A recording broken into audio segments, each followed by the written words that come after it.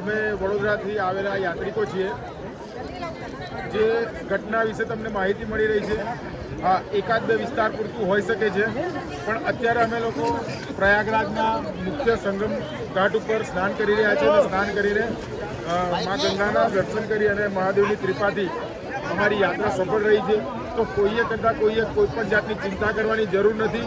અમે વડોદરાથી એક જે યાત્રા લઈને નીકળ્યા હતા, જેનો ઉદ્દેશ હતો અમારો કે આ યાત્રા અભિષેક યાત્રા આપણા નવનાથ મહાદેવના જે અભિષેક કરવાના છે અને આવનારી શિવરાત્રિમાં મહાશિવરાત્રિના દિવસે જે શિવજી કી સવારીનો અભિષેક કરવાના છે એના માટે જે ગંગાજી લાવવાના હતા, તો અમે ગંગાજળ પણ લઈ લીધું છે અને પાછા અમે પરત ફરીશું અને મહાશિવરાત્રિ પહેલાં અમે અભિષેક કરીશું અને મહાશિવરાત્રિના દિવસે આપણી શિવજી કી સવારીને પણ અભિષેક થાય એટલું ગંગાજી અમે લઈ ચૂક્યા છે.